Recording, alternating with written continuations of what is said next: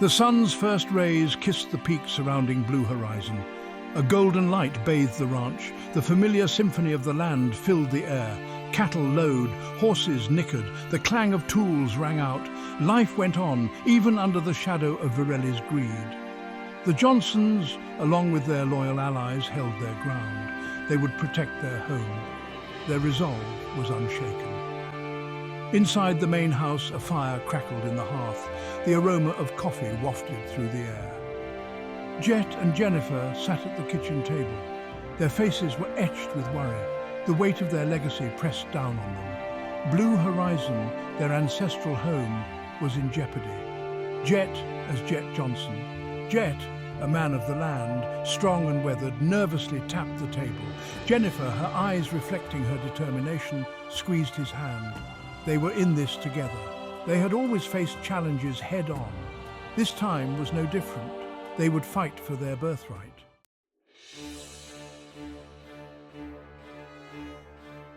A knock on the door broke the silence. Jett rose to answer it.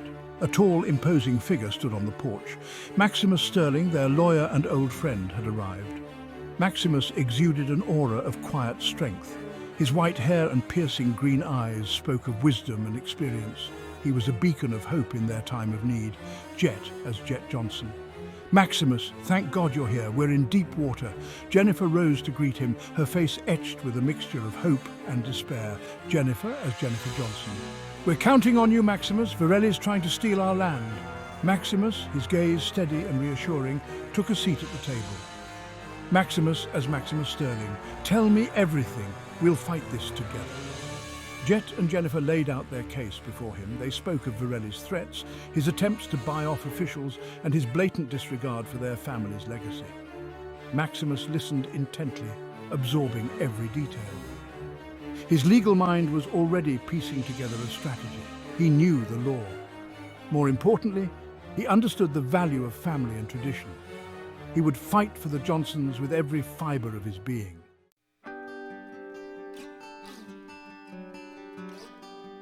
Jett reached into a drawer and pulled out a worn leather pouch.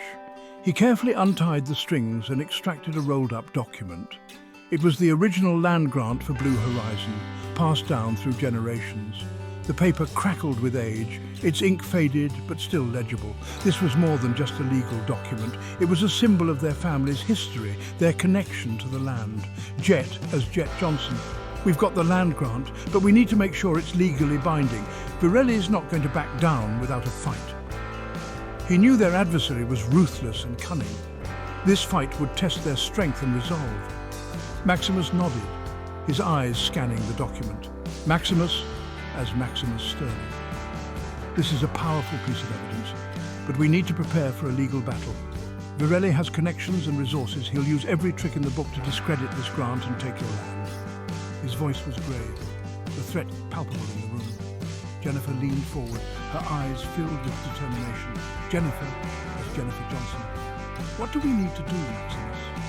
She was ready to fight for her home, for her family's legacy. This land held their dreams, their memories, their future.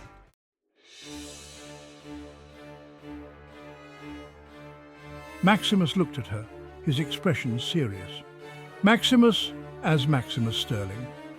First, we need to file this grant with the County Recorder's Office. That will establish your legal claim. Then, we need to gather testimonies from long-standing residents and allies who can vouch for the Johnson family's continuous ownership of the land. Their case needed to be airtight, leaving no room for Virelli's manipulations. Jett's eyes narrowed. Jett as Jett Johnson? And what about Virelli's allies? We know he's been bribing officials. His reach is long, his methods underhanded. They had to expose his web of deceit. Maximus smiled grimly, a glint of steel in his eyes. Maximus, as Maximus Sterling, will need to expose those bribes and corruption. If we can prove that Virelli's allies are compromised, it will weaken his case significantly. He was a chess master, anticipating his opponent's moves and planning his counterattack. Jennifer exchanged a look with Jett, a silent understanding passing between them. They were in this together, facing their adversary head-on. Jennifer as Jennifer Johnson. We'll start with our neighbours. They've known our family for generations. Their testimonies will carry weight. The community was their strength, their roots running deep in the land.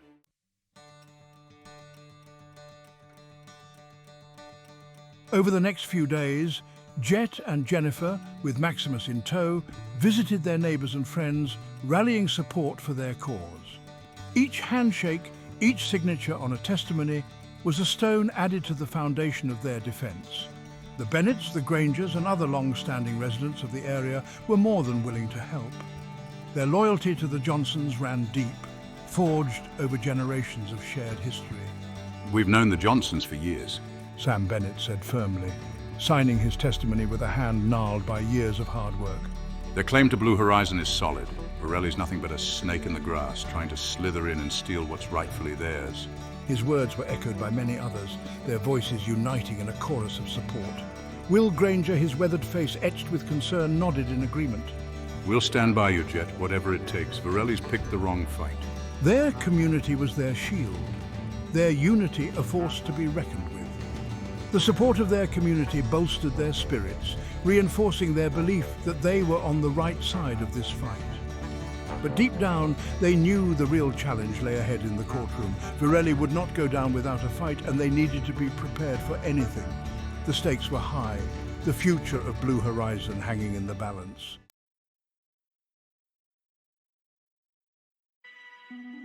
The days leading up to the hearing were a blur of activity. Maximus, a tireless strategist, worked late into the night, reviewing every document, preparing for every eventuality. Jett and Jennifer gathered more testimonies, their resolve strengthened by the unwavering support of their community. Each day brought a mix of anxiety and hope, the weight of the impending legal battle pressing down on them. It's like the calm before the storm, Jennifer. The night before the hearing, a palpable tension filled the air at Blue Horizon. The usual sounds of the ranch seemed muted, the laughter and chatter replaced by a somber silence. Jett and Jennifer, exhausted but determined, sat with Maximus in the living room, going over their strategy one last time. The fire crackled in the hearth, casting flickering shadows on their faces, a visual representation of the uncertainty they faced. Remember, Maximus, we're counting on you.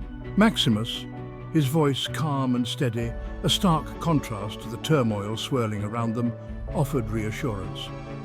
Virelli's lawyer will try to discredit you, to twist your words. Stay calm, stick to the facts. Your honesty and the strength of your community are your strongest allies. His words were a lifeline, a reminder that they were not alone in this fight. As the clock ticked towards dawn, a sense of foreboding settled over them. The fate of Blue Horizon, their beloved ranch, their legacy, hung in the balance. The coming day would determine their future, and they faced it with a mixture of fear and unwavering determination. The battle for Blue Horizon was about to begin.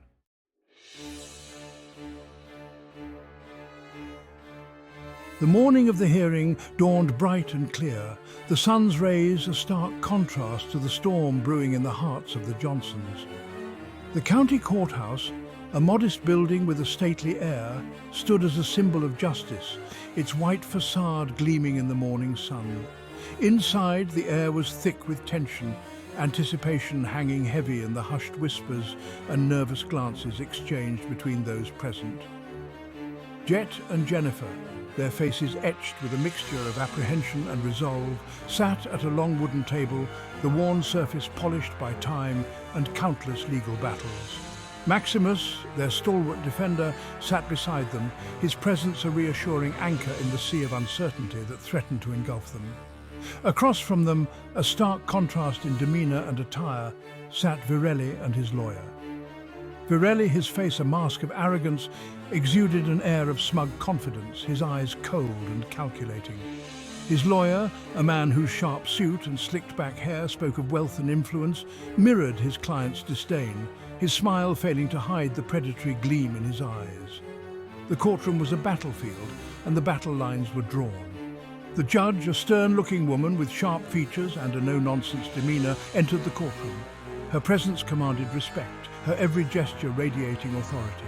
As she took her seat, a hush fell over the room, the silence punctuated by the rhythmic tapping of a gavel. The battle for Blue Horizon had begun.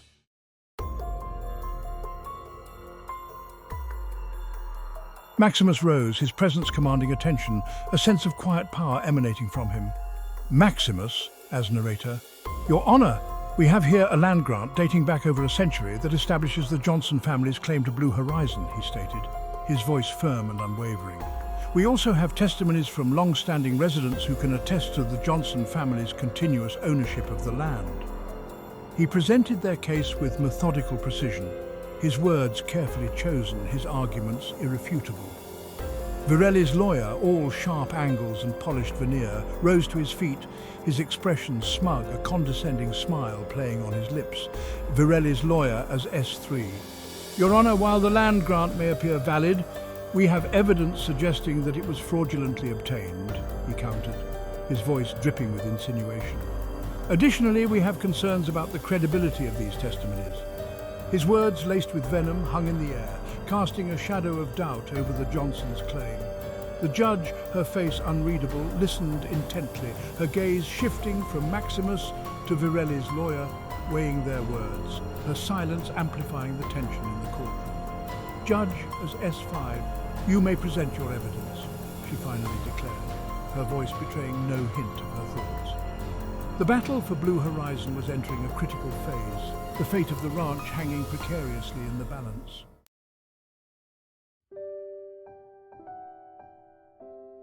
Witness after witness was called to the stand, their testimonies a mix of truth and fabrication, carefully orchestrated by Virelli's lawyer to paint a picture of doubt and suspicion around the Johnsons' claim. Maximus, a master strategist, countered each accusation with methodical precision, his cross-examinations dismantling their carefully constructed lies, exposing the inconsistencies and revealing the truth. As the day wore on, the tension in the courtroom thickened, the air heavy with anticipation and dread. Finally, it was Jennifer's turn to take the stand.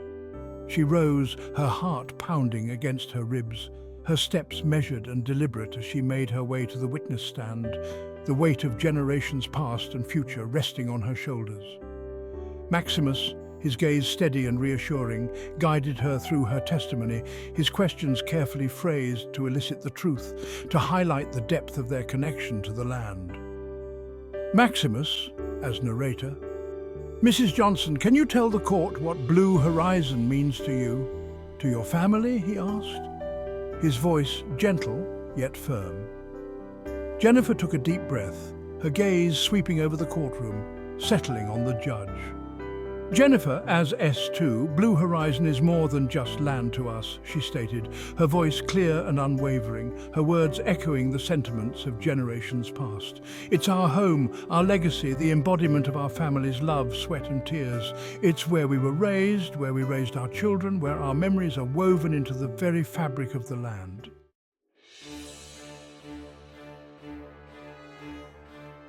Virelli's lawyer, a predator circling his prey, focused on Jennifer, his smile cold and calculating. Virelli's lawyer, as S3, Mrs. Johnson. It's no secret that your family has faced its share of difficulties, he began, his voice laced with insinuation. Specifically, the estrangement of your husband's brother, Luke. Can you elaborate on the reasons behind this rift?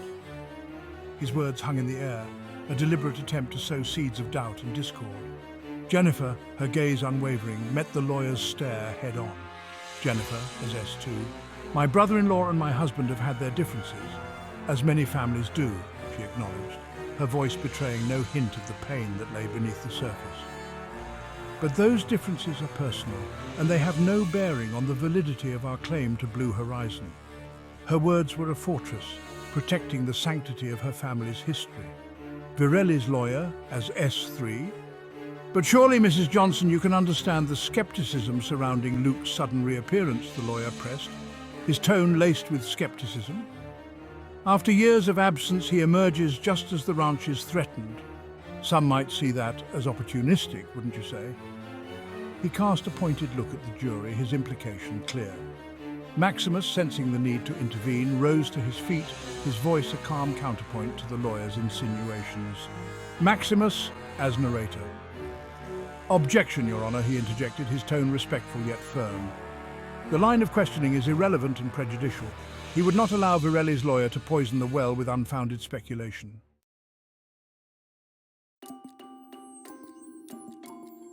Sustained. Counsel, confine your questions to the matter at hand. The gavel came down with a resounding thud, a reminder of the court's authority. Virelli's lawyer, momentarily thwarted, retreated, his smile fading into a thin line. He had other tactics, other avenues to explore in his quest to discredit the Johnsons and secure victory for his client. The courtroom became a chessboard, each move carefully calculated, the stakes impossibly high. As the day wore on, a steady stream of witnesses took the stand, their testimonies weaving a tangled web of half-truths and outright lies, all meticulously orchestrated by Virelli. They spoke of forged documents, coerced signatures and shady dealings, their words painting a picture of the Johnsons as desperate and deceitful, clinging to their land through nefarious means. But Maximus, a master strategist, was ready for them. With each witness, he chipped away at their carefully constructed facades, exposing the inconsistencies in their stories, revealing the threads of their deceit.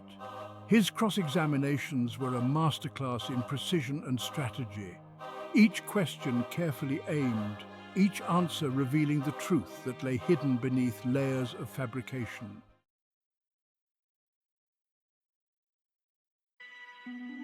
The tension in the courtroom crackled with palpable intensity as the day drew to a close. Both sides had presented their cases, and now the fate of Blue Horizon rested in the hands of the judge. The jury filed out, their faces etched with the weight of their responsibility, leaving a palpable silence in their wake. Jett and Jennifer, their hands clasped tightly together, sat on the edge of their seats, their faces pale with anxiety. The events of the day had taken their toll, the emotional roller coaster, leaving them drained yet resolute. They had fought for their legacy, for their home, and now all they could do was wait and pray for a just outcome. We did our best, son. Now we leave it in the hands of the court. Maximus, his face betraying nothing but calm confidence, placed a reassuring hand on Jett's shoulder. His words, though measured, held a glimmer of hope, a belief in the inherent fairness of the justice system. The minutes stretched into an eternity, each tick of the clock amplifying their anxiety. Finally, after what felt like an age, the courtroom doors swung open and the jury filed back in, their faces solemn, their expressions unreadable. A collective hush fell over the room, the silence broken only by the sound of their footsteps echoing on the wooden floor.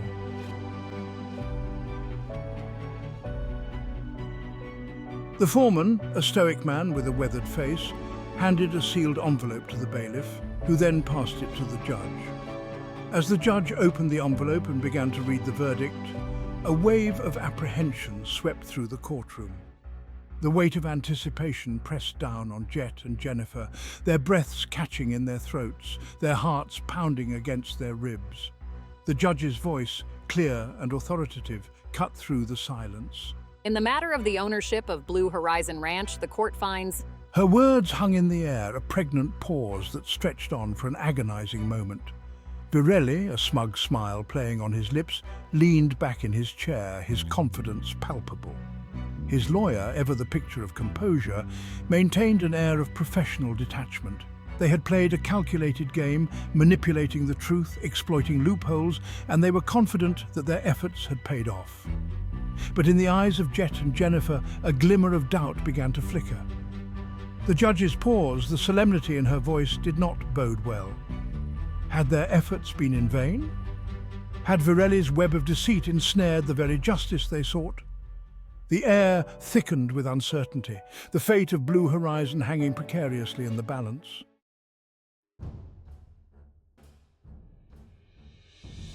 Silence hung heavy in the courtroom. Each tick of the antique clock on the wall seemed to resonate through the room, amplifying the tension. Jett and Jennifer held their breath, their hands clasped so tightly their knuckles had turned white. The judge's gaze swept over the courtroom, her expression unreadable before settling back on the document in her hand. In the matter of the ownership of Blue Horizon Ranch, she finally continued, her voice echoing with the weight of her decision. The court finds in favor of the defendants Jett and Jennifer Johnson. A collective gasp rippled through the courtroom as the weight of her words landed. Relief washed over Jett and Jennifer in a tidal wave. Jennifer's knees nearly buckled with the force of it. Jett squeezed her hand, his heart thundering in his chest. They had won. Against all odds, they had protected their legacy. Maximus, a knowing smile gracing his lips, placed a reassuring hand on their clasped hands. He had believed in their case, in the power of truth, and his faith had been rewarded.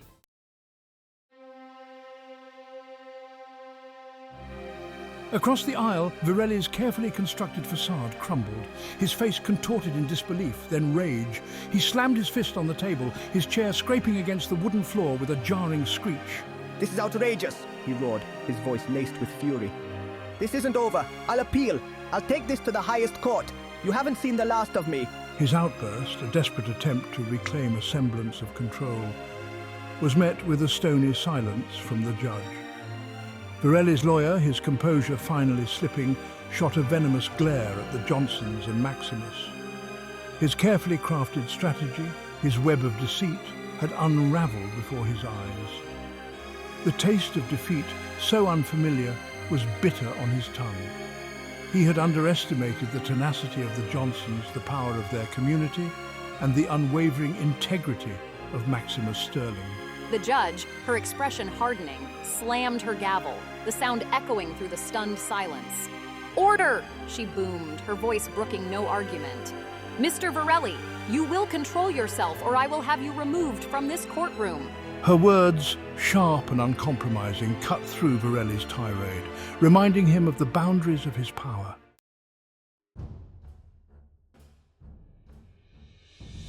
As Virelli and his lawyer, their faces etched with defeat and resentment, exited the courtroom, a sense of joyous relief filled the air around the Johnsons. Hugs were exchanged, tears were shed, and laughter, long absent, echoed through the hallowed halls of the courthouse. They had faced a formidable foe, a relentless adversary who had sought to strip them of their heritage, their livelihood, their very identity. And they had emerged victorious. We did it, Jen. We really did it. Jett, his arm wrapped tightly around Jennifer, looked out at the faces surrounding them, their eyes shining with pride and admiration. He saw the Bennets, their weathered faces creased with smiles, their hands calloused from years of toiling the land alongside his own family. He saw Will Granger, his eyes twinkling with unshed tears, his grip strong and unwavering as he offered his congratulations. He saw the faces of countless others who had stood by them, offering their support, their testimonies, their unwavering belief in their cause. This victory isn't just ours, Jett.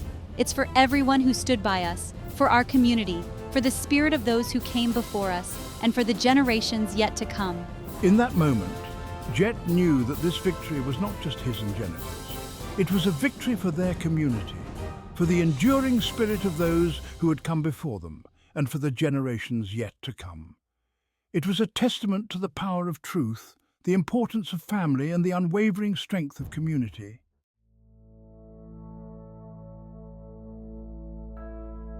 As the sun began its descent, casting long shadows across the ranch, Jett and Jennifer stood on the porch of the main house, their arms wrapped around each other, gazing out at the familiar landscape. The air was filled with the sounds of life returning to normal, the lowing of cattle, the whinny of horses, the distant hum of machinery. But something had shifted. The weight that had pressed down on them for so long had lifted, replaced by a sense of peace and renewed purpose. We did it, Jett. We fought for our home, for our family, and we won. We did, Jen, but the fight's not over. Virelli's not the kind to give up easily. We need to stay vigilant, protect what we've won. They stood together for a long moment, their silence speaking volumes. The setting sun cast a warm glow on their faces, illuminating their love for each other, for their land, and for the life they had built together. They knew that challenges lay ahead, but they would face them head-on, together, their bond unbreakable, their spirits unbroken. The battle for Blue Horizon had forged them in fire, and they were ready for whatever the future held.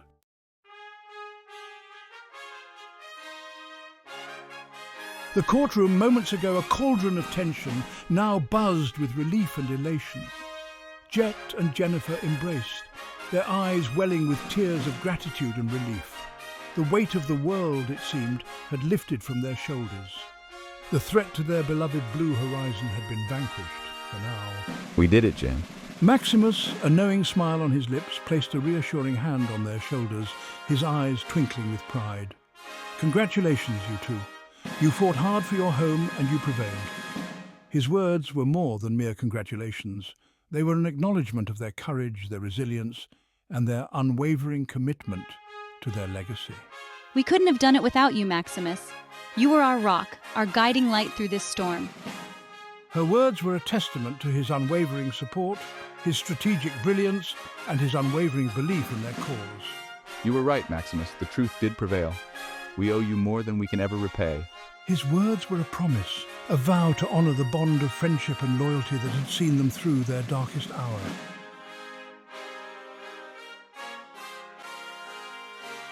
News of the Johnsons' victory spread through the community like wildfire, igniting a wave of jubilation and relief.